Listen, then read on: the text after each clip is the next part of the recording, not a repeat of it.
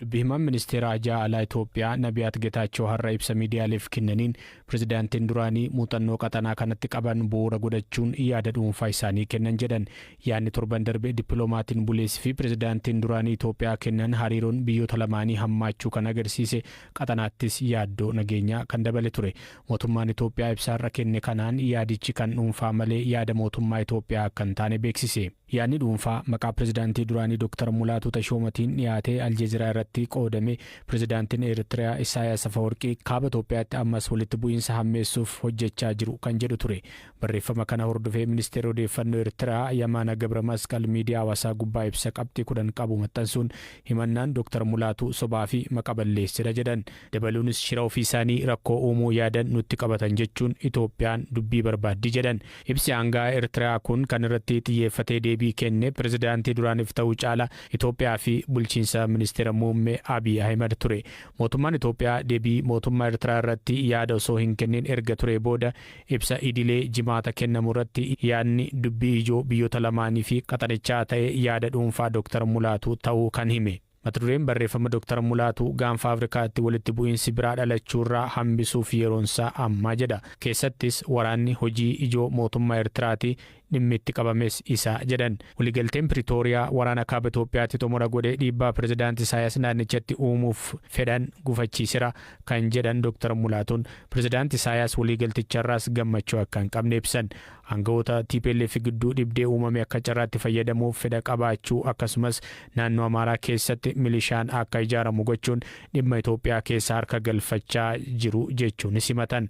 Himannaawwan kanneen ilaalchisuun ministeera odeeffannoo Eertiraa deebii kennaniin mootummaan Itoophiyaa ji'oota darban dubbii barbaacha sababa hin qabnee fi jabaatee gaggeessaa jira jedhan. Dabalataanis Itoophiyaan ka'umsa rakkoolee qaxanaa kana mudataniitii jedhan. Ammoo biyyi isaanii dhimma keessa Itoophiyaa keessa galuuf fedha akka hin qabnes dubbatan. Dr. Mulaatuun seenaa faallessanii dhiyeessan jechuun kan himatan Yamaanaa Gabra Masqal waraana kaaba Itoophiyaa keessa kan hirmaatan affeerraa mootummaa Itoophiyaatiin ta'us ibsan. Maddi rakkoo Itoophiyaa ammallee iddoo biraa miti kan jedhan aangaan Eertiraa kun Itoophiyaan rakkoolee fi walitti bu'iinsa mudataniif qaama alaatti quba qabuun Eertiraatti qabachaa jirti jedhaniiru. Muummee ministeera Abiy Ahmed aangoo akkuma qabataniin hariiroon Itoophiyaa fi Eertiraa waggoota hedduuf rakkoo keessa galee ture furame. Achis waraana kaaba Itoophiyaa keessatti waltumsuutti ce'ee ture. Xumura waraana kaaba Itoophiyaa boodamtii mootummaa federaalaa malee Eertiraa kallattiin wal qunnamaa jira oduu jedhu soba ta'uu beeksise. Dubbii himaa TPLF kataan obbo Amaanu'eel Asaffaa dubbiin TPLF Eertiraa waliin wal qunnamaa jira jedhu soba irra deddeebiin hafarfamaa jiru ta'uu BBC'tti himan. Ministeera ittisaa duraanii Itoophiyaa akka turan Dr. Abrahaam Balaay dhimmoota haala yeroo naannoon Tigraay keessa jiru irratti dhiyeenya kana Faana Broadcasting Corporate waliin turtii taasisaniin aangawoonni Tigraay Eertiraa waliin quunnamtii qabaachuu dubbatanii turan. Dubbii himaan TPLF obbo Amaanu'eel garuu himanni kun waan haaraa akka hin taanee fi dhara ta'uu kaasu. ሓድሽ ዘረባ ኣይኮነን ክጅምር ከሎ ኣብ ትግራይ ኣብ ውሽጢ ህወሓት ዝነበሩ ኣመራርሓ Gaggeessitoonni TPLF keessa turan rakkoo uuman hordofee dhaabicha keessaa bahanii sochii mataa isaanii erga jalqabanii booda dhaabicha maqaa balleessuu eegalan. Ajandaa humnoota biroo walitti nuu qabuu danda'a jedhanii yaadan uumuun dhimma kana ajandaa gochaa kan jiran. Kana dura walitti dhufeenyi tureera yoo ta'e kan isaanis irratti hirmaataa turan ta'a jechuudha. Yeroo dhiyootti sadarkaa gaggeessitoota waraanatti walitti dhufeenyi jiraachuusaa hin beeknu jedhee ture Getaachoon. Garuu immoo sana dura yaadicha yookaan naareetiivii kana uumeera. Nuti irra deddeebiin wanti kun sobaa jenneera. Garuu irra deddeebi'amaa waan jiruuf nuti walitti dhufeenya homaatu hin qabnu. Ragaan wayiis kan dhiyaatu hin jiru jechuu barbaanna. Walitti dhufeenya akkasittis akka seennu wanti nu dhiibu hin jiru. Kanaan dura beekamtii mootummaa Itoophiyaatiin qondaaltota TPLF fi mootummaa Eertiraa gidduu quunnamtiin turuu TPLF beeksisee ture. Kana ka'umsa godhachuun quunnamtiin akkamitti TPLF fi Eertiraa gidduu hin jiru jechuu dandeessan jennee obbo Amaanu'eel gaafannee akkas jedhan. ቅድም ኢሉ እቲ ኣብቲ ውድብ ፀገም ከየጋጠመ ስምምዕ ፕሪቶሪያ ተፈሪሙ dursa osoo TPLF keessatti rakkoon hin uumamin dura waliigalteen Piriitooriyaa erga mallattaa'ee booda sochiiwwan tokko tokko keessa erga seennee booda kunis karaa mootummaan Itoophiyaa beekuu fi waliigaltee nageenyaa fayyaduun kanneen bulchiinsa yeroo keessa jiran addumatti Getaachoon walitti dhufeenya tokko tokko eegaluun beekamaa ture. Kana Dr. Dabratsiyoon ibsee ture. Kanaan ala walitti dhufeenyi godhame homtuu hin jiru jechuun barbaada. torban lamaan dura pireezidaantii duraanii Itoophiyaa kataan Dr. Mulaatu Tashawme Eertiraan kaaba Itoophiyaatti waraanni bifa haaraan akka eegalu gochaa jirti jechuun waldhabdee TPLF keessatti mudates akka carraatti itti fayyadamaa jiraachuu Aljaziiraa irratti barreessanii turan. Eertiraanis deebii kenniteen dheebuu waraanaa akka qabu Itoophiyaadha jechuun Itoophiyaan rakkoo keessaa furachuu dadhabdee Eertiraatti quba qabdi jette. Walitti dhufeenyi Itoophiyaa fi Eertiraa laafee jiru kun gara waraanaatti yoo deeme gareen TPLF Dr. Dabratsiyooniin hoogganamu Eertiraa waliin ta'uun mootummaa ministeera muummee Abiyyi Ahmad loluu danda'a kanneen jedhan jiru. Walitti dhufeenyi TPLF fi Eertiraa kana booda maal ta'uu danda'a jennee dubbii himaa TPLF obbo Amaanu'eel Asaffaa gaafanneerra. ንሕና ከም ውድብ ይኹን ከም ህዝቢ ብትግራይ ምስ ጎረባብቱ ሰላማዊ ዝኾነ nuti akka dhaabattis ta'ee akka uummataatti uummanni Tigraay uummata ollaa wajjin walitti dhufeenya naga qabeessaa akka qabaatu kan darbe immoo seeraaf haqaa fi araaraaf dhiisuun yeroo itti aanu uummata hundumaa waliin walitti dhufeenya naga qabeessa akka qabaannu barbaanna. Kunis naannolee Itoophiyaa keessa jiran Amaaraa, Affaar akkasumas sadarkaa biyyaatti biyyoota ollaa kanneen akka Sudaanii fi Eertiraa ta'uu danda'a. Kanaaf walitti dhufeenyi naga qabeessi uummata giddu galeessa godhatee wantoota du'a mancaatii irra deddeebiin mudatuu fi waggaa dheeraa lakkoofsiseef sababa ta'an xumura argatanii walitti dhufeenyi uummataa naga qabeessa ta'e akka jiraatu gochuu malee walitti dhufeenya dhimmoota rakkoo siyaasaa biroo ta'anitti geessu uumuuf yaada hin qabnu. Akkas gochuus hin dandeenyu. Itoophiyaan biyya sabdaneetti afaanonni 80 ol keessatti dubbatamuudha. Biyyattiin ammatti mootummoota naannolee 11 fi bulchiinsa magaalotaa 2 qabdi. Heerri mootummaa federaalaa Itoophiyaa bara 1995 afaanonni hunduu fudhatama wal qixaa qabaachuu tumeera. Heerri Itoophiyaa bara 1995 keewwata 5 muraa 2 fi 3 jalatti afaan hojii mootummaa federaalaa afaan Amaaraati. Naannoleen ammoo afaan hojii mataa isaanii murteeffatu jedha. Waggaa 5 dura ammoo bara 2020 jechuudha. Imaammanni afaanii afaanota Itoophiyaa 4 afaan hojii dabalataa mootummaa federaalaa taasisuuf ministeera aadaa fi ispoortiitiin bahee ture. Afaan Oromoo kan uummata dubbatu guddaa qabus afaanota kanneen keessaa tokko ta'ullee hamma yoonaatti garuu hojiirra oolle. Maaltu danqe? Tibbana hayyoonni yuunivarsiitii Jimmaa 3 wal ta'uun dhimma kanarratti waan qoratan yuunivarsiitii Ambootti dhiyeessanii turan. Warqinaa Dirribsaa hayyoota qorannoo geggeessan kunneen keessaa yuunivarsiitii Jimmaatti barsiisaa fi qorataa afaan Oromoo kataan Dr. Alamaayyoo Faqqada dubbiseera.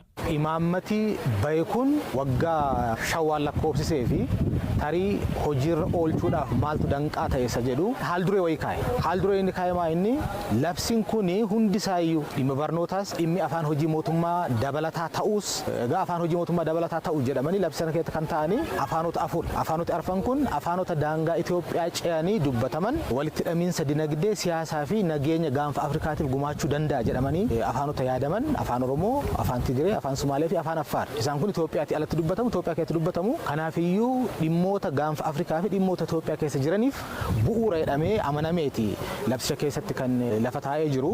Haa ta'u immoo hojiirra ooluudhaa fi heerri mootummaa fooyya'uu qabaa jedheeti haalduree jedhee barreessa. Heddee heerri mootummaa fooyya'ee booda immoo labsiiwwan kanaan wal qabatan biroon ni qophaa'u jedha. Labsiiwwanii booda immoo qajeelfamoonni garaagaraa ni tolfamu jedha. Ammasitti labsiin kun hojiirra ooluu hin danda'u jedhee gudunfee kaa'eera jechuudha. Karaa kanaaf waggaa 5 kana guutuu maaliif sochiin tokkoyyuu hin jiru jedhamee yoo gaafatame heerri mootummaas waan fooyya'ee hin jiru. Fooyyessuudhaafis ammoona akkuma abbaan fedhayyuu quba qabu sochiin tokkollee hin jiru. Kanaafiyyuu siimbooliidha imaammati kun akkasuma maqaadhaa fi callisameedhuma kana gooneerra jechuudhaaf malee silumayyuu garaarraa fedhiirraa miti hojiitti hiikuudhaaf kutannoon jiru rakkisaadha waan jedhu wayiiti jechuudha kan ka'aa ture. Heerri mootummaa danqaa tokko dhadhaniiti kaasu namoonni gaafatamanis lachumti mataan isaayyuu danqaadhaadha. Maaliif otoo heerri mootummaa hin fooyya'in nu qopheessuun maaliif barbaachise? Deebisee immoo labsiin tokko ofuma isaa asii ol deebi'ee heera mootummaa akka fooyya'u akka jijjiiramuudhaaf yaada kennuu danda'a. Maaliif edda heerri mootummaa fooyya'ee yoo haalli eeyyama ta'e yoo heerri mootummaa eeyyama ta'e qofaadha labsiin irratti hundaa'ee ba'a. Maaliif heera mootummaa irra labsiin ba'a malee labsiin asii ol heera mootummaa rikomendiin godhu. So silumayyuu wanti wal jala daddarbee jira jechuudha. Akka sadaffaatti immoo dhaabbileemti kana raawwachiisuu danda'an dhaabbilee gaafa jedhu dhaabbileen mootummaa waa tokko qopheessan labsii baasan taanaan labsii isaanii akka baasanitti hojiirra oolchuudhaaf dhama'uutu irra jira jechuudha. Heerri osoo hin fooyya'in hiikoo heeraatiin imaammanni afaanii hojiirra ooluu danda'a. Dhimma kanarratti Warqinaa Dirribsaa ogeeyyii seeraa dubbiseera. Barsiisaan seeraa duraanii yuunivarsiitii Bulee Horaa fi gorsaan seeraa Daanyee Gurmeessaa yaada kana kennan. heera fooyyessuun dirqama barbaachisummaan isaa hagana miti yookiin immoo hiikoodhaan godhuu waan danda'amu jedheen amana. Haa ta'u malee namoonni heera mootummaa fooyyessuutu barbaachisa jedhan wanni isaan kaasanii wanti kun akka hin milkoofneef yookiin immoo heera mootummaa fooyyessuun heericha keessatti pirosiijarii yookiin immoo adeemsa baay'ee cimaa ta'e kaa'eera jedhanii amanu yookiin immoo uummanni hundi irratti waliigalee referendamiidhaan ta'uu qabaa yaada jedhanis yeroo kaasan hin dhaga'amu. Haa ta'u malee heericha keessatti referendamiidhaan ta'uu qaba wanti jedhu kaa'amee hin jiru. Yaadni fooyyessuu akkamittiin akka ka'u kaa'ameera eenyutummoo akka fooyyessuu qabus kaa'ameera jechuudha. Kanaan wal qabatee akka kiyyatti yeroo adda addaatti hiikoodhaan qaamuma heera kanaa keessaa kan fooyya'an ni jiraatu yookiin immoo adeemsuma fooyya'ii sanas guutummaa isaa ta'uun eegeen kanneen fooyya'insa irratti taasifame keewwatoonni ni jiru jechuudha. Kana durayyuu namoonni tokko tokko haga ammaatti heera kana keessatti fooyya'insi godhamee hin beeku jedhanii warri kaasan ni jiru jechuudha. Haa ta'u malee yeroo adda addaatti wanti kun kan taasifamedha. Keessumaa keewwata 98 irratti dhimma gibiraatiin wal qabatee fooyya'insi taasifameeru ni jira. Keewwata 103 irratti lakkoofsa uummataatiin wal qabatee yeroo itti fooyya'insi taasifameeru ni jira jechuudha. Maneen maree biyyattii lamaan waliin ta'uudhaan fooyyessanii beeku jechuudha. Kunis gama kanaatiin ta'uu waan danda'ulleedha. Wanti guddaan koomitimentii fi fedhii irratti qabaachuudha malee wanti inni fooyya'uu hin dandeenyeef hin jiraatu jechuudha. Obsinaan Girmaa Yuunivarsiitii Jimmaatti barsiisaa seeraa akkasumas dhuunfaan ammoo abukaatoodha. Fooyya'insa seeraa moo hiikoo seeraatu imaammata afaanii milkeessuu danda'a kan jedhu irratti akkas jedha. Yaadumti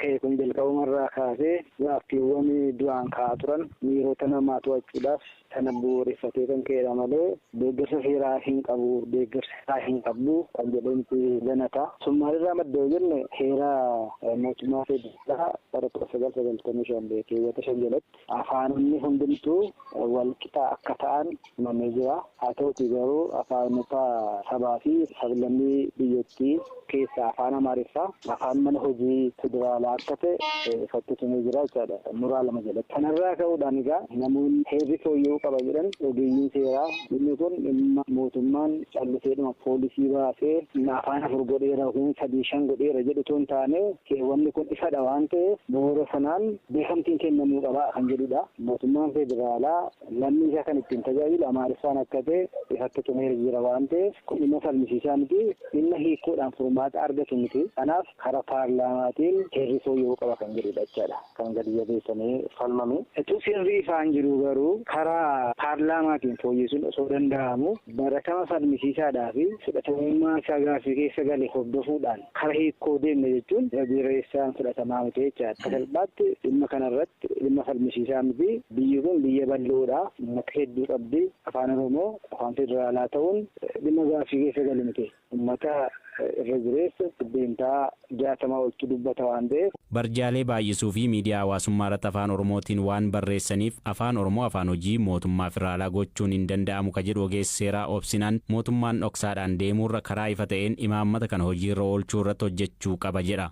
Erga afaan kun tarsiimuun afaanii kun yookiin imaammatni afaanii mootummaan hojiirra oolchu jedhee erga bahee booda waggaa 5 ga'eera. Tokko barjaaleedhaa fi akkasumas feesbuukii hanga'ootaa irratti maxxansuurra darbee hojimaatatti wanti seename hin jiru. Ati mirga amansiisaa tokko mirgaa fi uummataa tokko karaa dudduubaa fiduun barbaachisaa miti. Maaliif karaa dudduubaa hin taane fuulduraan gaafattee raawwachuu otoo dandeessu dhugaarratti waan bu'uureffate gaaffii dhiyaateef furmaata kennuu otoo dandeessu alkallattiidhaan yookiin karaa fidudaan deebii kenna jechuun iyyuu yookiin waan sanatti amanuu dhabuurraa akka galtee siyaasaatiif fayyadamuutti waan akeekudha. Garramoo Abarraa abukaatoo fi gorsaa seeraa yoo ta'u yaada Obsinaan kaaseen walii gala. Hiikoo heeraa fayyadamuudhaaf heerri tokko ofiima isaa gaaffii kan qabu yoo ta'e homa tokko hin jedhu yoo ta'e callisee taa'eera saayilanti ta'eera yoo ta'e lammaffaan immoo jechumti heera irratti seerri taa'eera seerri ba'e sun garuu ifa miti. Haa ta'u garuu gara heera keenyatti yoo dhufne keewwata 5 jalatti yoo ilaalle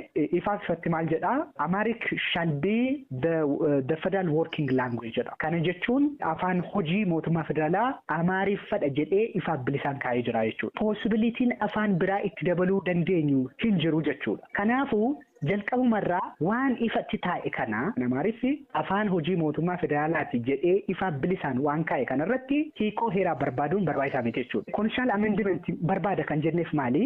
Hierarchy of laws kan jennutu jira saayinsii seeraa keessatti. Seeronni irraaf jala qabu. Fakkeenyaaf hierarchy of law keessatti heerri irra aanaa, heeratti aanee labsiitu jira, labsiitti aanee qajeelfamatu jira, qajeelfamatti aanee dambiitu jira. Constitutionii yookaan heeraa gadi kan jiran labsiis ta'e qajeelfamas ta'e dambiiwwan hundumtuu yeroo bahanii constitutionii wajjin walitti bu'uun qabanii jechuudha. Amma garuu poolisii afaanii amma jedhame kana haadhiis nuti afaan fakkeenyaaf gara keenyaatti dhufne afaan Oromoo afaan federaalaa ta'u jedhame qabsoon bara hedduudhaaf tureera. Garuu ta'uu hin dandeenye amma yoona. Sababni ta'uu hin dandeenyee fi heerri kun fooyya'uu qabaa jedhamee waan itti amanameef. Amma kun hin taane mootummaamatu poolisii baase. Hanga yoonaa fin ammasiin jedhe kun waan hin deemamneef constitutional amendment irras waan hin geenyeef rarra'ee hafee jechuudha. Ni barbaachisa yoo ta'e maaliif gara hiikoo heeraatti deemna? Maaliif gara constitutional amendmentiitti hin deemnudha? Dhaggeeffattoota keenyaa sagantaa keenya